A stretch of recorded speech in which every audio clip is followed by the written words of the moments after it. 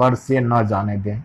वे विकट चित्कार करने लगे और झट आकर मेरे पैरों से जकड़ने लगे। उनको निकट देखकर मैं भागने लगा, किंतु मैं जितना ज्यादा जोर से दौड़ने लगा, वे उतनी ही तेजी से आकर मुझे काटने लगे। अंत में उनके हाथ से छुटकारा पाना असंभव प्रतीत हुआ। ठीक ऐसे ही समय एक अपरिचित मनुष्य ने आकर मुझे आवाज दी, बंदरों का सामना करो। मैं भी जैसे ही पलट कर उनके सामने खड़ा हुआ, वैसे ही वे पीछे हटकर भाग गए। समस्त जीवन में हमको यह शिक्षा लेनी होगी, जो कुछ भी भयानक है उसका सामना करना पड़ेगा, साहस पूर्वक उसके सामने खड़ा होना पड़ेगा। मन की शक्तियां। एक भाव लेकर सदा उसी में विभोर होकर रहो।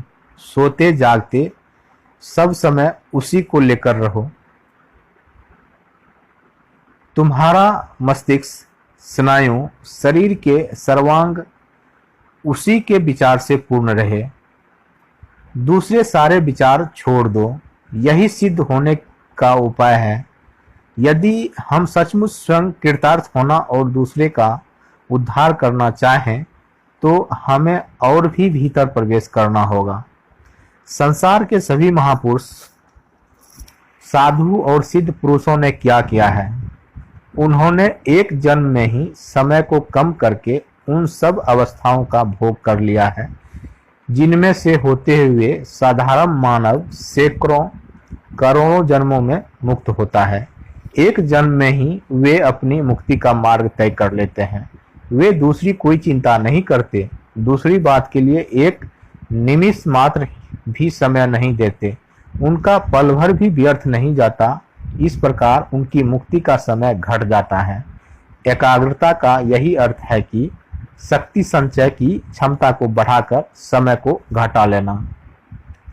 यह एकाग्रता जितनी अधिक होगी, उतना ही अधिक मनुष्य ज्ञान लाभ करेंगे, कारण यही ज्ञान लाभ का एकमात्र उपाय है। नान्यः पंथा विद्यते अयनाय। मोची यदि जरा अधिक मन लगाकर काम करे तो वह जूतों को अधिक अच्छी तरह से पॉलिश कर सकेगा। रसोइया एकाग्र होने से भोजन को अच्छी तरह से पका सकेगा। अर्थ का उपार्जन हो, चाहे भगवत आराधना हो, जिस काम में जितनी एकाग्रता होगी, वह कार्य उतने ही अधिक अच्छे प्रकार से संपन्न होगा।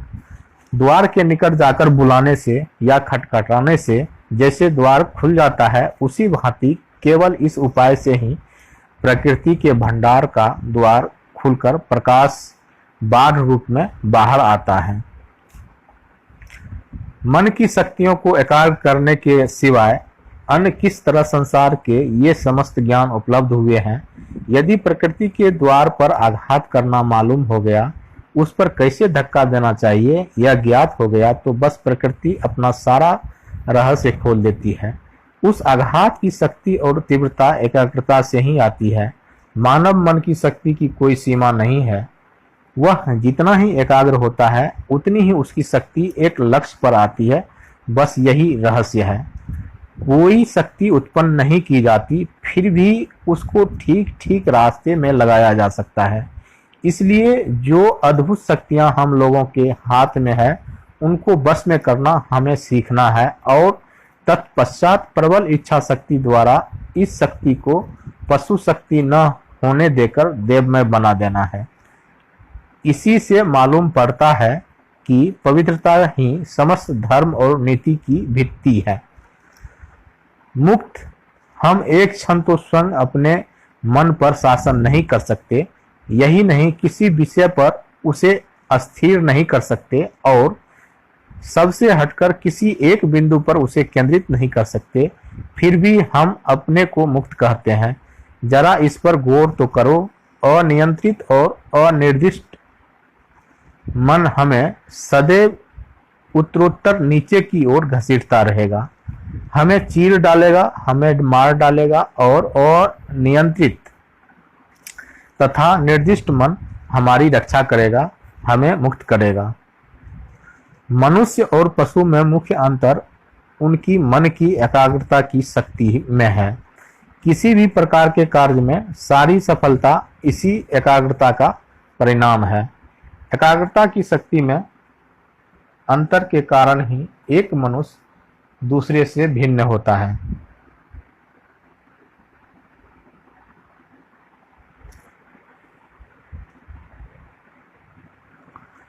छोटे से छोटे आदमी की तुलना ऊंचे से ऊंचे आदमी से करो। अंतर मन की एकाग्रता की मात्रा में होता है। साधारण मनुष्य अपनी विचार शक्ति का 90% अंश व्यर्थ नष्ट कर देता है और इसलिए वह निरंतर भारी भूलें करता रहता है। प्रशिक्षित मनुष्य अथवा मन कभी कोई भूल नहीं करता। छोटे दिल वालों से तुम किस तरह की आशा रखते हो? उनसे संसार में कुछ नहीं होगा। समुद्र पार करने के लिए लोहे का दिल चाहिए, तब कहीं लंका लांघी जा सकती है। वज्र के गोले जैसा बनना होगा जिससे कि पहाड़ पर्वत भेदा जा सके। शुभ और अशुभ विचार प्रत्येक ही प्रबल शक्ति है और वे जगत व्यापी है, स्पंदन बना रहता है, इसलिए कार्य रूप में परिणित होते तक विचार के रूप में बना रहता है। दृष्टांत के तौर पर मनुष्य की भुजा में शक्ति तब तक अव्यक्त रहती है जब तक वह कोई प्रहार नहीं करता। प्रहार करने पर वह शक्ति को क्रियाशीलता के रूप में परिणत करता है। हम शुभ और अशुभ विचारों के उत्तराधिकारी हैं। यदि हम अपने को निर्मल बना लें और अशुभ विचारों का निमित्त बना लें तो ये हम में प्रवेश करेंगे। पवित्र आत्मा व्यक्ति अशुभ विचारों को ग्रहण नहीं कर सकता। हमें दिखेगा कि मानव जाति के इतिहास में विश्व के कल्याण के लिए जो अवतार हुए हैं उनका जीवन व्रत आरंभ से ही निश्चित रहा है। अपने जीवन का सारा नक्शा, सारी योजना उनकी आंखों के सामने थी और उनसे वे 1 इंच भर नहीं डिगे। इसका कारण यह है कि वे अपने जीवन में विश्व के लिए एक संदेश लेकर आए थे। जब वे बोलते हैं तो एक एक शब्द सीधे हृदय में प्रवेश करता है। वह बम के समान फूट पड़ता है और सुनने वाले पर अपना असीम प्रभाव जमा लेता है। निरी वाणी में क्या है? यदि वाणी के पीछे वक्ता की प्रचंड शक्ति न हो, तुम किस भाषा में बोलते हो और किस प्रकार अपनी भाषा में शब्द विन्यास करते हो, इसके किसी को क्या मतलब? तुम अच्छी लच्छेदार औजपूर्ण भाषा का प्रयोग करते हो या व्याकरण सम्मत भाषा बोलते हो? तुम्हारी भाषा अलंकार पूर्ण है या नहीं, इससे भी किसी का क्या प्रयोजन? प्रश्न तो तुम्हारे पास लोगों को देने के लिए कुछ है या नहीं।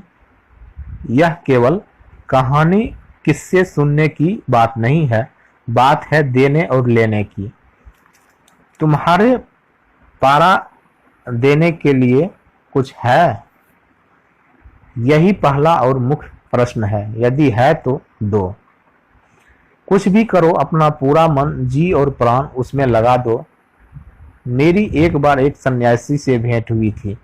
बड़े सन्यासी थे। वे अपने भोजन बनाने के पीतल के बर्तन ऐसे चमकाते थे कि सोने जैसा दमकने लगते थे और यह कार्य वे उतनी ही सावधानी एवं तन्मयता से करते थे जैसे अपना पूजन और ध्यान जप।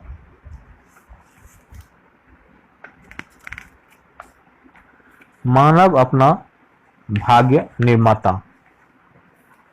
मुहम्मद एक अच्छे आदमी हो गए या बुद्ध भले थे, इससे मुझे क्या मतलब? इससे मेरे अपने भलेपन या बुरेपन में कोई अंतर पड़ जाएगा? हमें अपने तय अपने लिए ही अपनी जिम्मेदारी पर भला होना चाहिए, और यह इसलिए नहीं कि पीछे कहीं कभी कोई अच्छा हो चुका है। अपनी वर्तमान अवस्था के लिए जिम्मेदार हम ही हैं और जो कुछ हम होना चाहें उसकी शक्ति भी हम ही में है। यदि हमारी वर्तमान अवस्था हमारे ही पूर्व कर्मों का फल है तो यह निश्चित है कि जो कुछ हम भविष्य में होना चाहते हैं वह हमारे वर्तमान कार्यों द्वारा ही निर्धारित किया जा सकता है। अतएव हमें यह जान लेना आवश्यक है कि कर्म किस प्रकार किए जाएं। सब प्रकार के शरीर में मानव देह